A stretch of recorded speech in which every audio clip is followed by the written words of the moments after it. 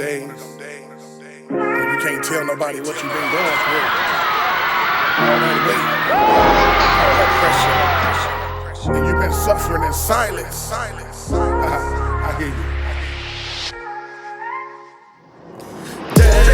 Daily battles in my mind. Need your light, I'm walking blind. I'm a soldier, try not to lose, trying to step, but I can't move. Daily battles in my mind. Need your light, I'm walking blind. I'm a soldier. So, what's the best way for a young person? You might be 16 and you might be the first person in your family that's talented enough to play a sport at a high level, or you might be, in many cases, you're the first person to have the opportunity to go to college, or you're actually the athlete that's in college, and you're in a position to change your family's financial destination. How does a kid navigate that? Wow, that's That's a doozy. Yeah, this is I never really thought about the pressure that family and friends would put on an individual who's in a position to help, or they think they made it or got all this money. So what are you doing? Well, even if you don't have the money, you might be the person that has it, or you might be the person that's on your way to having it, and you have to do a few things to lead you to it. But that pressure is still there because maybe you're coming from a poverty-stricken family, and you're the only one that's even played in college in any sport. Okay, you're the only one that you can see. Hey, if I have a good season this year, we're at the next level. And you have 20, 30, 40, 50 relatives that if you do make it, their fortunes could be changed overnight. Yeah. So you have that, or you could be actually the professional and be going through similar things.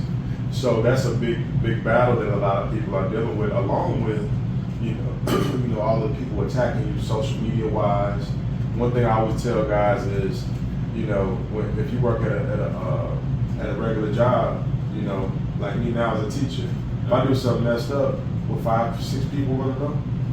Yeah, but if I miss a big shot in the game, on national television, it's going to be hundreds of thousands of people, if not millions, that know. Yeah. And they're going to be spitting vitriol towards in your direction. So, I guess, the question I have is just spiritually, what's the best way for a young person to navigate that? Mm-hmm. Wow, I never thought about that end of it, but I can see how it would come into play. Again, I would go back to continue to pray and ask God. Well, you're going to have a heart for your family, and if you're in a position to help, and like you said, being the first one on that journey, or have made that journey, in the middle of that journey, I'm sure that others have expectation. This is us, Right. So us.